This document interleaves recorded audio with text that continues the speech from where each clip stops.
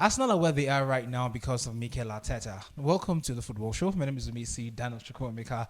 This is like the fourth time I'm recording this podcast. I've done it three times already, and every time it always did not come out right. But today, I assure you it's going to be right. Arsenal won yesterday against Southampton, 3 goals to 1, and the internet was buzzing. Bukayo Saka, 7 assists, goals aplenty. Somebody even said that Saka is putting up Lionel Messi's number. Calm down, right? However, today on the show, I'll be talking about Arsenal, the joy of having a coach like Mikel Arteta, and how his presence has transformed and revolutionized Arsenal to what they currently are. I would also be talking about the Bukayo Saka debate and whether or not he is a world-class player. There's also Chelsea on the menu. There's Manchester United and Eric Ten Hag and what the way forward for them would be like. There's Barcelona, Hansi Flick, Lamine Yamal, and the whole, Barcelona story. What happens to them this season? How far can they go? My name is Missy Daniel Chukwuemeka. Like I said before, this is the football show where I talk about football and everything in between. And before I go on the breather, I want to tell you that you can be a part of this show by following us on all our social media platforms on Facebook, on Twitter, and on YouTube at The Football Show. So let's start off from Arsenal. Yesterday when I recorded this content, Arsenal hadn't played Southampton, but I had said that Arsenal were going to beat Southampton. You could check the video back there. I hope I put it in the editing though. But just to reiterate what I said yesterday, first, Arsenal are here because they have a certain Mikel Arteta. For many Arsenal fans, the story began in 2019-2020 season. Mikel Arteta was still an assistant manager at Man City under Pep Guardiola, while Arsenal had Unai Emery. But Unai Emery's time at Arsenal wasn't as glorious as many had imagined. For Unai Emery, the Europa-winning coach of Sevilla, we all thought his addition to the Arsenal team would be a lot more productive and successful than we saw. He didn't start off well, taking Arsenal to the finals of the Europa League, getting beat by Mauricio Sarri's Chelsea. However, that was the highest point of Unai Emery's reign at Arsenal. Defeats in Europe at European Nines. Unfortunate, days in the EPL, terrible defending, sometimes not so great press conferences, and the whole idea of a Europa League winning coach being the coach of Arsenal went to the air as fast as it started. And then the next one for Arsenal it was, who then do you appoint? Mikel Arteta's name was brought into the conversation, but for many people, he wasn't the ideal candidate. He was barely an assistant under Pep Guardiola at City, hadn't coached any big team before then. Some would say he was an Arsenal legend, but wouldn't put him at the same level of legendary status as a Patrick Vieira or a Thierry Henry. And these were players who were coaches at different points in their lives. So the question was, why go for an inexperienced, barely proven Mikel Arteta? Many people had no idea why the Arsenal board was going for Mikel Arteta. For some people, they felt the Stan Kroenke choice or the board's choice of Mikel Arteta was just to pacify the fans so they don't get angry, because there's a thing with when the legend coaches a club and how the fans can be very patient with him even when he's not succeeding. So that sentiment rode the air, and we all thought Pep definitely would not let Mikel Arteta go. And the reason why many people imagined that Pep wouldn't let Mikel Arteta go was because Pep had spoken very highly of Arteta while he was his assistant. Talked about how he hadn't seen a coach with a kind of technical acumen as Mikel Arteta. And his glowing praises for Arteta, I'm sure, added to the hope that the Arsenal board had for him. And so when the news came that Arteta was going to be the new coach of Arsenal, many football fans, Arsenal fans especially, were skeptical. But it's going to happen. Let's support him whichever way we can. And at Arteta's first season, he went on to win the FA Cup, beating his old side, Manchester City, in the semi-finals, I think. And so from then on, 2019-2020 season till now, a lot has happened. Although Arsenal has won only 2 trophies, if we add Community Shield to the trophies they've won, but more than just the trophies won, there has been a steady improvement in how Arsenal play, a steady improvement in how Arsenal feels as a club, and a steady improvement in the board of directors' input and connection with the fans. Now, before Mikel Arteta, Arsene Wenger did not exactly have the best of time with fans. Did not exactly have the best of time with the board and with the press. He had his moments, and so when Arsene Wenger left, some fans heaved a sigh of relief. Finally, we can breathe now and have somebody better. Una Emery was supposed to be the breath of fresh air, but the air shook them. And so when Arteta came, the first thing he did, which for me is impressive for a young manager, was stamp his authority. He won the FA Cup in his first season, and one would expect you should build on what you already have. The players who were there before, the experienced players, were supposed to be not the bedrock per se, but the lever with which you used to hold the team together while you try to build a team that you want. But for Mikel Arteta, I'm sure, having learned from Pep Guardiola and with his own very strong personality, he wanted more. He wanted a team that listened to him. He wanted a team that believed in themselves. He wanted a team that played to his instruction. And so the first thing he did was to let go of the supposed big names, names who people believed were mainstay in the Arsenal side, the Brent Leno, the Pierre-Emerick Aubameyang of this world. He let them go.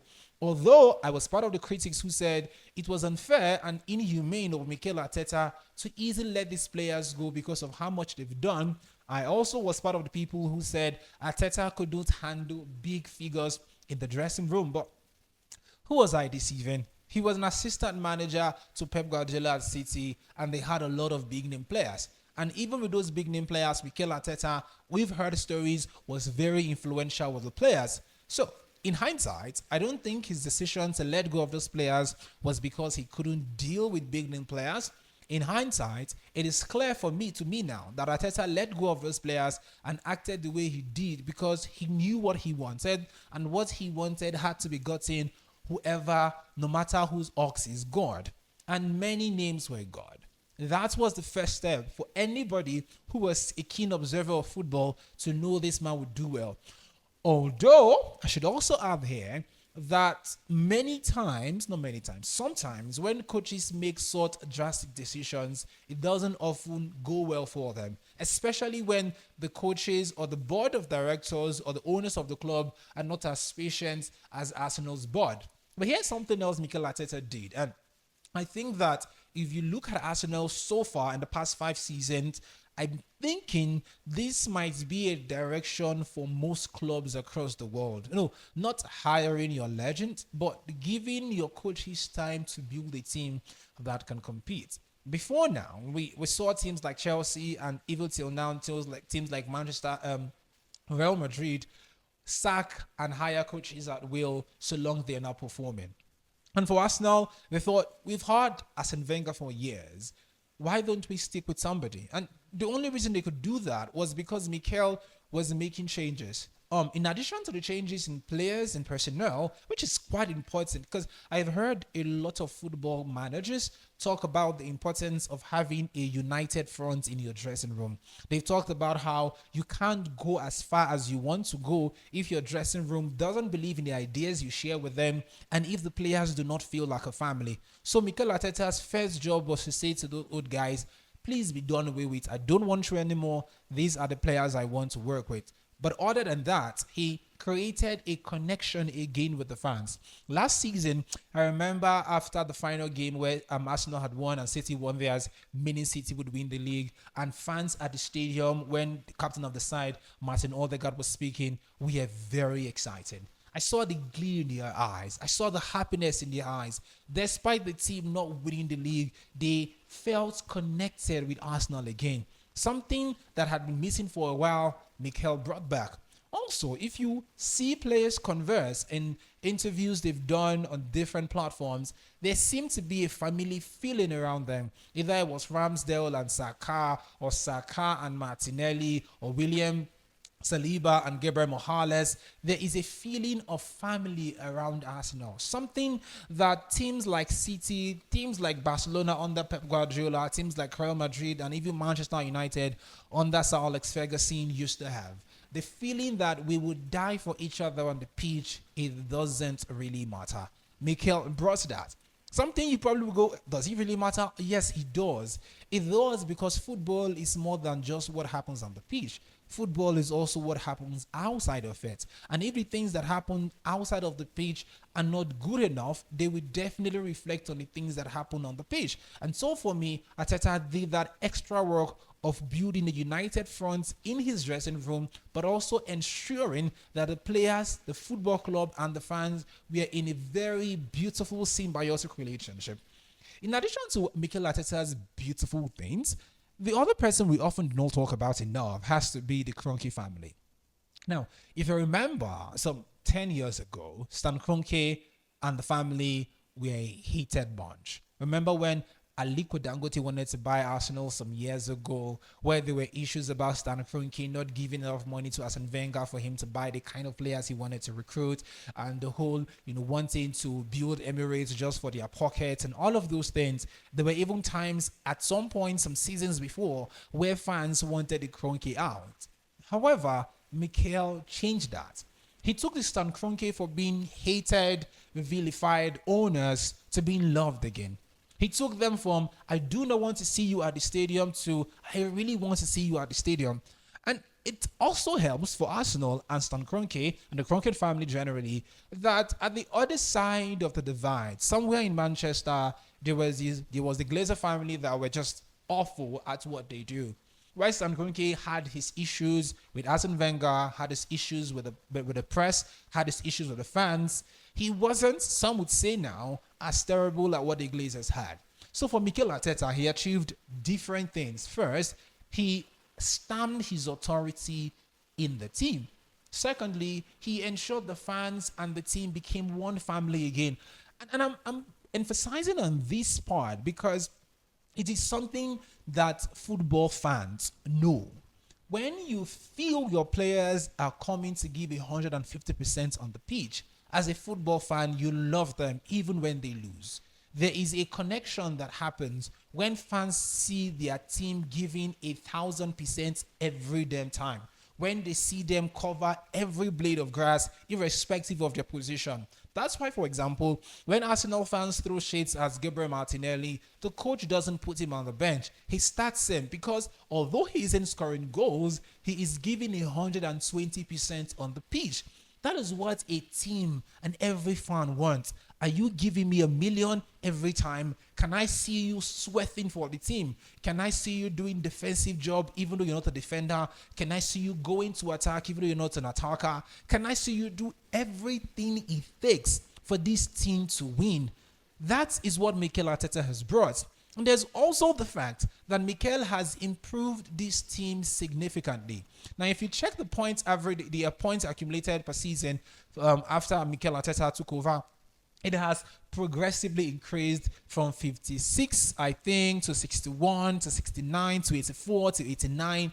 It has been an upward trajectory from 5 seasons ago till now. Now, some would say, but no, there's no but here.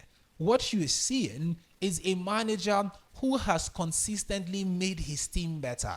Yes, he has spent money, but he hasn't spent as much as Manchester United has, or spent as much as Manchester City has. He has spent money, but those monies have been wise money. He has brought in players that some people do not expect to be as good as they are, or some just thought, yeah, whatever. For example, William Saliba and Gabriel Morales are two of the best centre-backs in the world, and dare I say, the best centre-back period in the world.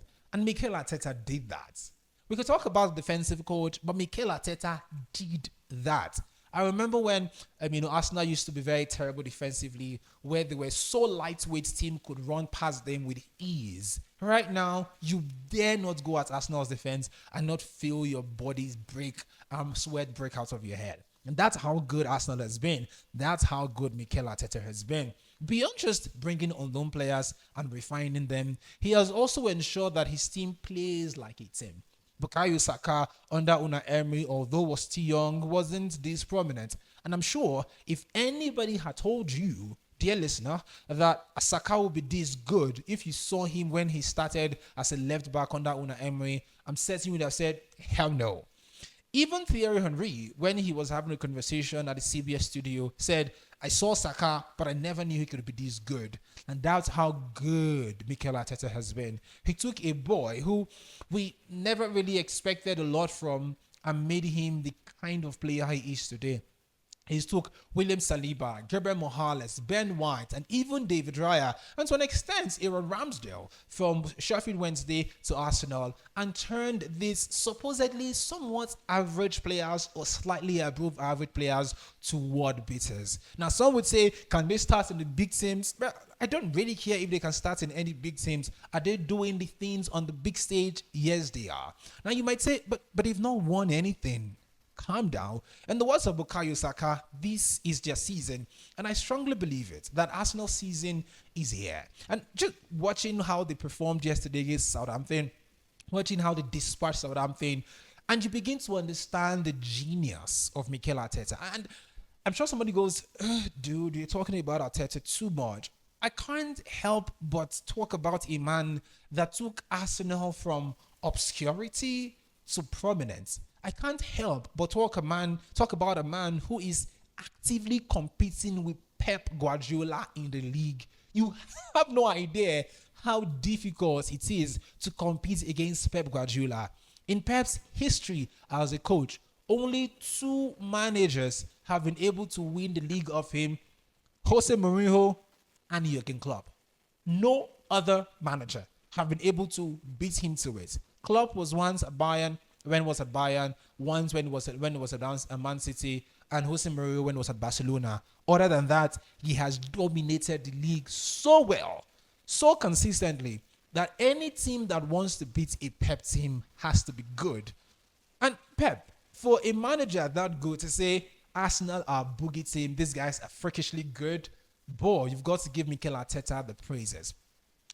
It's enough talk about Arsenal and Mikel, but generally for Arsenal, I think this is a team that is well poised to win the league. I think this is a team the next 4 to 5 seasons will be dominant. So long Pep resigns, because I don't think if Pep is still there, they can be as dominant as they should. But if something happens, Man City's 115 charge, they are found guilty, or Pep decides to step down and take a 2-year sabbatical, I think Arsenal and Mikel Arteta would be so freakishly dominant in the league. Yeah, they've got young players who are so experienced for their young age. William Saliba, Gabriel Morales, very young players. Ricardo Calafiori, Timber, very young players. Martinelli, Saka, very young players. Havertz, Wright, very young players. Odegaard, very young players. Lewis Kelly, Ethan Nwaneri, Fabio Vieira, David Raya, very young players. Now, I say very young players because these are guys in their mid-20s. And so it means in 4 seasons, they would have improved, gotten over, and be freakishly better. So if you are sleeping on Diaz, he shouldn't sleep on them. And for the whole Bukayo Saka conversation, so let me be honest here. I used to not be a big fan of Saka. I used to think, I'm just an average winger. Until I watched him at the Euros last season, and I thought, I'm sorry, Saka. I apologize for calling you average. Bukayo Saka is not average. Is he world class? I don't know. The conversation about world class is one that's been thrown around everywhere and given to just about anybody, but Saka is good. I don't want to say he's the best right winger in the world right now, because there are still some names there that I think are good. But how do you compare Bukayo Saka to Cole Palmer? I love Cole Palmer, an amazing player. But the thing is, Saka has been doing this for years, consistently delivering awesome performances at the biggest stages. Now, that is something you cannot take away. If you are able to do it for England at the World Cup, at the Euros, for Arsenal and the league consistently for seasons upon seasons, then you are a very, very good player. I don't want to hear people say Saka is not good. He is okay, I don't want to say world class, so I don't abuse the word, but Bukayo Saka is just about one of the best wingers in the world right now. And 5-6 years from now, I don't think we'll talk about him without putting him in the same conversation as a Mohamed Salah in terms of impact on the game. Again, I need to also say here that I don't like the fact that when football fans talk about football, talk about wingers, talk about, basically general football conversation, we constantly put numbers in front, especially when we're talking about midfielders, especially when you talk about wingers who sometimes are not primed to always get goals, especially when we talk about players in teams where their playing style are different from what some people tag as the right way to play. For example, Saka plays in an Arsenal team where he gets to do a lot of defensive work more time than most wingers will do. I think the wingers that do as much defensive work as Saka, other than Martinelli, probably be Lamine Yamal and Rafinha. And you look at other teams, maybe Bernardo Silva to an extent, but not Jeremy Doku, not Jack Grealish, not Mohamed Salah. These guys are good, but the amount of defensive work Bukayo Saka does is one that we don't appreciate enough because we are not managers. Ever wondered why Gareth Southgate would never bench Saka? Ever wondered why Southgate was very comfortable playing Saka at different positions? Because he knew this boy was going to work his socks off no matter what. And that is something Saka has above many of the players he's been compared to. Again, Saka is amazing. I don't want to talk about the numbers. I want to talk about his impact. I want to talk about how this kid has grown in leaps and bounds since he made his debut some seasons ago. I want to talk about how this left back teenager that played for Una Emery, I think in a Europa League match against some forgotten team some years ago, has grown from that teenager who we loved because he was exciting going forward to this player who Arsenal and England cannot do without. So, yes, if you're asking me who is the best winger in the world right now, you know my answer. But I think Bukayo Saka deserves all the plaudits he's getting.